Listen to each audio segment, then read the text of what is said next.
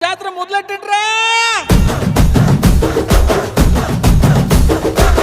కన్న కన్న మొగాలి రాగుల్లో ఉన్న గంట గజ్జె కట్టి ఆడాలి రా చిన్న పెద్ద అంతా అమ్మవారి ఊరేగింపు అచ్చం కన్నుల పంట రంగరంగ వైభవంగా రంగులు జల్లాలంట